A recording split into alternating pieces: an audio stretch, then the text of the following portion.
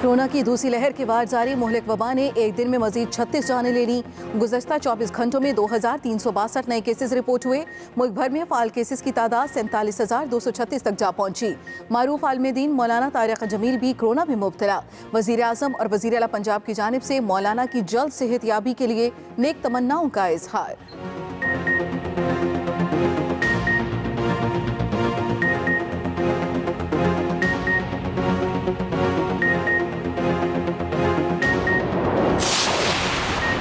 Opposition का agenda senate election मुतासर करना है। 2021 सख्त साल है, सोच समझ कर चलना होगा। वजीर दाखिला वजीर शेख रशीद की एक्सप्रेस न्यूज़ के मॉर्निंग शो एक्सप्रेसो में गुफ्तगू। कहा, कोई शक नहीं कि मुश्किल वक्त है, सेनेट इलेक्शन को खराब नहीं होने देंगे। ऑपोजिशन ने इमरान खान से बात नहीं करनी तो किसके साथ करेंगे।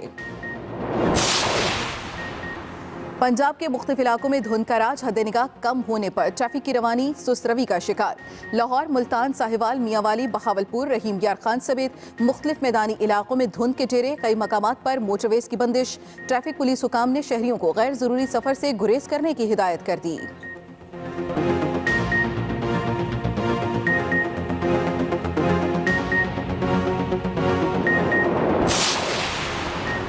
पीडीएम की जानिब से अवाम के साथ किसी भलाई की तवक्को नहीं। मुआवने खुसूसी इत्तलात पंजाब फिरदौस आशिक अवान का ट्वीट।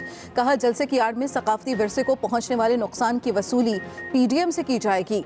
लाहौरियों की जलसे से लाताल्लुकी ने साबित किया कि राजकुमारी ने जिले सुबहानी की सियासत को जमीन बोस कर दिया है।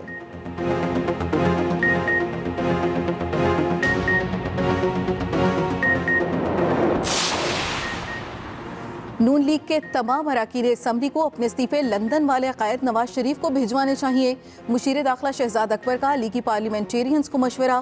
ट्वीट किया, मियाँ साहब जनवरी में खुद आकर पार्टी अरकान के इस्तीफे स्पीकर को पेश करें, क्योंकि इससे कम पर इनकलाब नहीं आएगा।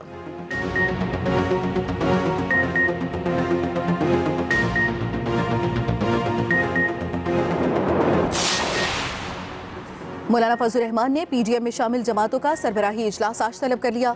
सरबराही इजलास 2 बजे जाती उम्रा लाहौर में होगा। बिलावल भुट्टो जरदारी, मरियम नवाज और दीगर जमातों के कायदीन इजलास में शरीक होंगे। जराए के मुताबिक इजलास में लॉन्ग मार्च की हिकमत अमली, एहतजाज और लाड़काना जलसे पर मुशावरत होगी।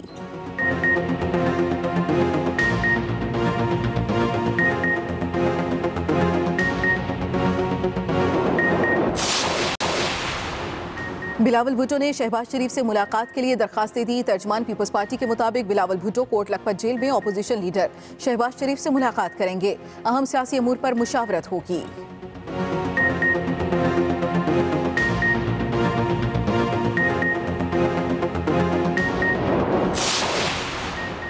जनवरी या फरवरी में इस्लामाबाद की तरफ मार्च करेंगे। सरबराह पीडीएम मौलाना फजल रहमान का ऐलान।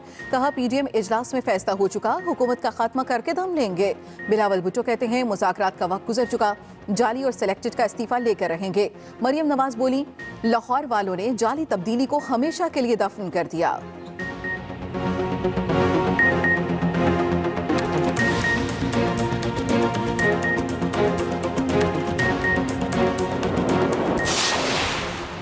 लुटेरे कोई भी हथकंडा इख्तियार करें, फर्क नहीं पड़ता, एनआरओ नहीं मिलेगा। वज़ीर आज़म इमरान खान का लाहौर जलसे पर रद्द-ए-अमल। कहा, पीडीएम ने संगदिली के साथ लोगों की जिंदगियां खतरे में डाली। ये सब लूटी हुई दौलत बचाने के लिए मुझे ब्लैकमेल कर रहे हैं। मेरा हमेशा की तरह इनको एक ही जवाब है, एनआरओ नहीं मिलेगा।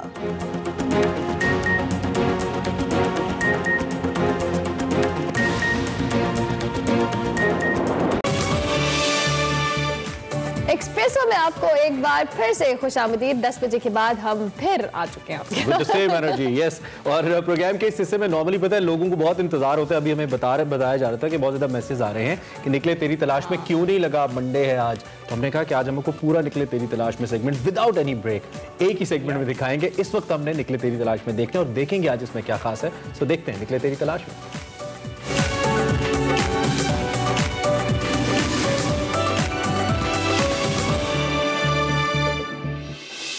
अस्सलाम वालेकुम नाज़रीन, मैं हूं वकार अहमद और आप देख रहे हैं निकले तेरी तलाश में। इस दफ़ा जो हमने नावल मुंतखब किया है इस सेगमेंट के लिए वो है शहर खाली कूचा खाली। शहर खाली कूचा खाली जो है वो बिल्कुल एक ताज़ा तसनीफ़ है मुस्तनसर हुसैन तारड़ साहब की। एक नावल है जो कि अभी मार्केट में आया है और ये कोरोना वबा के पस मंज़र में लिखा गया है। वबाओं और जंगों में जो एक अदब है वो कमाल अदब जो है वो तख्लीक पाता है, और जो मज़ाहमती अदब है उसकी अपनी एक अलग शनाख्त होती है। वबाओं और जंगों में एक तख्लीककार माशरती रवैयों को कैसे देखता है, और फिर सबसे जो अहम तरीन बात है कि जब हम माजी की तरफ देखते हैं, बहुत सारी वबाएँ, बहुत सारी जंगों में जो हमें बेहतरीन रिपोर्ट मिलती है वो उस वक्त का नावल जो है, उस वक्त के तख्लीककार ने जो खूबसूरत अफसानों की शक्ल में जो कुछ लिखा है, तो वो एक्चुअली सही रिपोर्ट होता है। तो आज जो कोरोना वबा हर तरफ पूरी दुनिया में फैली हुई है, उस हवाले से तार साहब का जो नावल है शहर खाली कूचा खाली, जिसमें वो कहते हैं कि ये मोहब्बत करने के दिन न थे, ये मोहब्बत मौखर करने के दिन थे, ये तन्हाइयों के दिन थे। तो तार साहब, पहला सवाल ये है, कोरोना वबा आई, हर तरफ मीडिया में खबरें ही खबरें थी, साजिशी नज़रियात जो थे वो बड़े अरूज पे थे।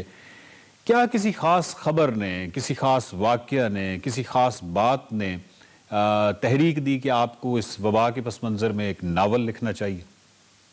इसकी चिंगारी जो है वो उन्हीं दिनों फूटी। आप जानते हैं कि जो पिछली लहर आई थी उसमें हम बहुत ज़्यादा एहतियात पसंद जी थे। बिल्कुल। और अनफॉर्चुनेटली अब शायद हमें आदत हो गई है, ह्यूमन नेचर है कि वो इतनी पाबंदियां बर्दाश्त नहीं कर सकती और वो रिस्क ले लेती है कि देखा जाएगा जो भी होगा। तो वो कैफियत आजकल जिस तरह के आप देख ही रहे हैं, हर एक के ऊपर वही कैफियत है, वो कुछ ज़्यादा सीरियसली नहीं ले रहे। तो उन दिनों मैं क्वारंटीन कर दिया गया था अपने स्टडी में। बच्चे छोटे बड़े जो भी आते थे वो कोनियों के साथ सलाम दुआ करके दूर से चले जाते थे, और एक डिस्टेंस हो गया था between me and my family. ठीक है। और मैं वहाँ बैठा सोचता रहता था, पढ़ता रहता था, जाहिर है।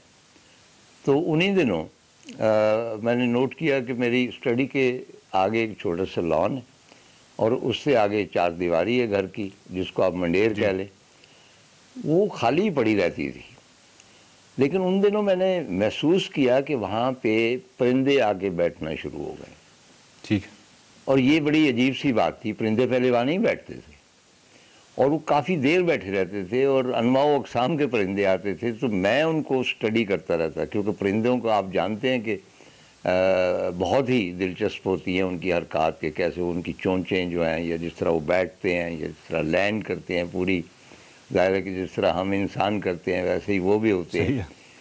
तो मेरे ज़हन में ये ख्याल आया कि ये परिंदे आ कहाँ से गए इतने, ठीक, और यहाँ पे आके क्यों बैठते हैं।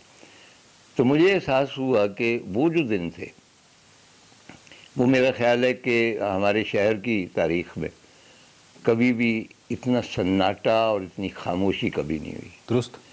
जब हम गौर करते हैं तो आवाज़ें, हम तो we get used to the sounds, वो सारा कुछ, और हमें एहसास नहीं होता कि हम कितने बेपनाह शोर के अंदर एक ज़िंदगी गुजार रहे हैं। ये जो तजर्बे में से मैं गुज़र रहा हूँ, और ये बड़ा यूनिक तजर्बा है। वकार पूरी दुनिया में वबाएँ तो आती रहती हैं, ये एक ऐसी वबा थी, यानी इंसानी तहज़ीब में पहली मर्तबा एक ऐसी वबा जिसने पूरी इंसानी तहज़ीब को अपनी लपेट में लिया। बिल्कुल ठीक। अफ्रीका से लेके अमेरिका से लेके एशिया, मतलब कि इंटरनेशनल जो, ठीक है, आप समझते हैं। तो ये मेरा ख्याल है कि हमारी ज़िंदगियों में, कम से कम एक राइटर की ज़िंदगी में, ये एक बहुत ही यूनिक एक्सपीरियंस है एंड आई फेल्ट कि उसे बयान करना चाहिए, तो मैंने वो बयान कर दिया। नावल को पढ़कर एहसास होता है कि तन्हाई बजाते खुद एक बड़ा जानदार किरदार है इस नावल का। तार साहब, जो तन्हाई है वो मतलब एक नेमत है इंसान को अपने अंदर झांकने का, अपने अंदर सुनने का कम से कम, और अशियाए दुनिया जो उसके इर्द गिर्द है उनको बड़ी तफसील से देखने का एक मौका मुयस्सर आ जाता है। मतलब ये जो तन्हाई है, क्या ये तख्लीकी कुव्वत जो है इसको बढ़ाती है किसी भी तख्लीकार को, अगर उसको तन्हाई मुयस्सर आ जाए? मैंने पहले भी कहीं अर्ज़ किया कि एक दफ़ा अब्दुल्ला हुसैन से मैंने कहा, क्योंकि वो बड़ा अरसा बाहर रहे जी, तो मैंने कहा अब्दुल्ला वहाँ पे तन्हाई बहुत होती है, वो जो है बूढ़े वो मर जाते हैं फ्लैटों में, किसी को पता नहीं चलता और कोई एक दूसरे से बात नहीं ज़्यादा करता जिस तरह यहाँ पे गुफ्तगू होती है। तो उसने बड़ी पते की एक बात कही थी, उन्होंने कहा कि भाई यूरोप की जितनी तरक्की है साइंटिफिक भी और बाकी भी, वो तन्हाई, उसी तन्हाई की बदौलत है, वो जो इंडिविजुअलिटी है, क्योंकि इंसान जब बातें कर रहा है, बाजार में घूम रहा है, दोस्तों से बात कर रहा है, तो वो कुछ लर्न नहीं कर रहा, वो बात कर रहा है। ठीक। लेकिन जब वो तन्हा बैठा हुआ है तो कोई ना कोई ख्याल, अच्छा या बुरा, वो जहन के मुताबिक है कि उसकी उपज क्या है, वो उसमें वो आता रहता है। और वो जो ख्यालात आते हैं उनमें अब अपनी एक डेवलपमेंट जो होती है, जिस तरह इर्तिका होता है इंसान का या बाकी जानवरों का, इसी तरह ख्याल का भी इर्तिका तब होता है जब इर्द गिर्द तन्हाई हो और सन्नाटा हो। हम देखते हैं कि 5000 या 10,000 साल की जो भी नोन हिस्ट्री है, इसके अंदर जो वबाएं आई और उस दौरान जो तख्लीकार थे, जो अदीब था, जो दानिश्वर था, वो लिख रहा था। और इवन पिछली सदी में बहुत कुछ लिखा गया। तो जो लिखा गया वो आपकी नज़रों से गुजरा होगा, वो बहुत सारे नावल्स हैं, बहुत सारे असनाफ हैं। तो आजकल की जो रवैया आप देख रहे हैं कोरोना के हवाले से, तो उसमें कोई हैरत अंगेज़ ममासलत आपको मिलती है, कोई फ़र्क मिलता है? मतलब कैसा लिखा गया था? जैसा कि मैंने अर्ज़ किया है कि मतलब उसमें नावल में भी दर्ज है। प्लेग जो है बहुत फेमस नावल हुआ जी। वबा के दिनों में मोहब्बत गार्सिया मार्कीज़ का है। इसी तरह कुछ और कहानियाँ हैं जिनमें वबा का तज़किरा है। जो अरेबिक लिटरेचर है उसमें भी वबा का सिलसिला है। तो दुनिया भर में यहाँ पे जो अगर आप पुरानी उर्दू कहानियाँ पढ़ें प्रेमचंद के ज़माने में, वहाँ भी वबाओं का तज़किरा है, बंगाल में ख़ास तौर पे। लेकिन जैसा कि मैं अर्ज़ कर चुका हूँ कि ये वबा जो है ये उनसे टोटली मुख्तलिफ है, वो सब लोकल थी जी। और वो जो उन्होंने लिखा, उन्होंने लोकलाइज एक्सपीरियंस लिखा। ठीक है। लेकिन हमारे पास ये अपॉर्चुनिटी थी, सिर्फ मेरे पास नहीं, एक अमेरिकन राइटर के पास भी, एक रशियन के पास भी, एक आज़रबाईजानी के पास भी, कि हम अगर इस वबा के बारे में लिखते हैं तो ये एक बैनुल अक़वामी फ़िनोमेना है और एक बड़े स्केल पे उसका इम्पैक्ट है और इसका इम्पैक्ट टोटली डिफरेंट है बाकी जो वबाएँ इससे पेशतर दुनिया में फैली थी। तार साहब, शहर खाली, कूचा खाली, एक अधेड़ उम्र शख्स की आप बीती है और वो अधेड़ उम्र शख्स जो है वो टीवी देखता रहता है क्योंकि वो तन्हा है, वो सियासी तबसरे भी सुनता है, लेकिन वो कहता है कि मेरे पसंदीदा चैनल वो हैं जो 24 घंटे कार्टून्स दिखाते रहते हैं। और आपने उसमें लिखा कि दरअसल ये कार्टून किरदार ही हमारे माशरे के आखिरी ईमानदार और बाज़मीर लोग हैं। तो इस पर कुछ तबसरा फरमा दीजिए। कार्टून किरदार जो हैं वो आखिरी ऑनेस्ट, ईमानदार और अनकरप्टेबल किरदार हैं इस माशरे के, क्योंकि उनका जो भी कैरेक्टर है वो उसके मुताबिक चलते हैं और उससे इनहिराफ नहीं करते, वो दूसरों के साथ फ्रॉड नहीं करते, वो अदालतों में जाके झूठ नहीं बोलते वगैरह वगैरह। तो मैं समझता हूँ कि कार्टून कैरेक्टर जो है वो इस वक्त एक किसी ड्रामे से या किसी ह्यूमन कैरेक्टर से ज़्यादा ऑनेस्ट। तार साहब, आप अब भी कार्टून्स देखते हैं? नहीं, मैं अब इतने नहीं देखता। अच्छा। क्योंकि जैसा कि मैं फिर वो उसी उसमें चला गया हूँ ना, उसी काने नमक में चला गया हूँ जहाँ पे झूठ की अमलदारी है, जहाँ पे मुनाफकत है, जहाँ पे मतलब है कि सियासी जो हैं एक शोबदाबाजियाँ हैं। क्योंकि मैं ह्यूमन बीइंग हूँ, मैंने अपनी दुनिया को वापस जाना था ना, मैं सदा उस क्वारंटीन में तो नहीं रह सकता था। तो जब मैं उस दुनिया में वापस जाऊँगा तो उसका रंग मुझ पर चढ़ जाएगा। ये मतलब बड़ा कुदरती चीज़ है। मैं अब कार्टून, बल्कि कार्टून में देखता हूँ तो मैं गिल्टी फील करता हूँ, क्योंकि वो कार्टून किरदार आपको क्योंकि वो सच पे हैं, वो जो कुछ कहते हैं वो सच कहते हैं, जो टॉम ने करना है, जो जारी ने करना है या बाकी जिन्होंने करना है, उनका तयशुदा है कि वो ये करेंगे, उससे इनहिराफ नहीं करेंगे। चुनांचे वो अब मुझे अच्छे नहीं लगते, वो मुझे थोड़ा सा मुजरम महसूस करवाते हैं।